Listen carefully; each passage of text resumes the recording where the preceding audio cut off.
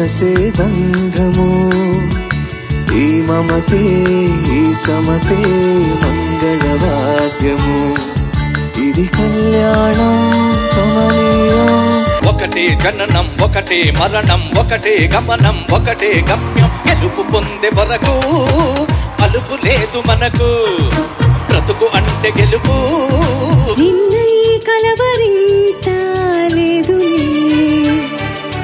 నేడు చిరుగాలి ఏదో అందిలే.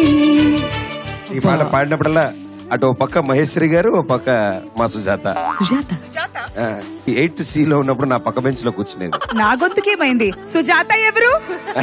ఇప్పుడు కాదు, అప్పుడు.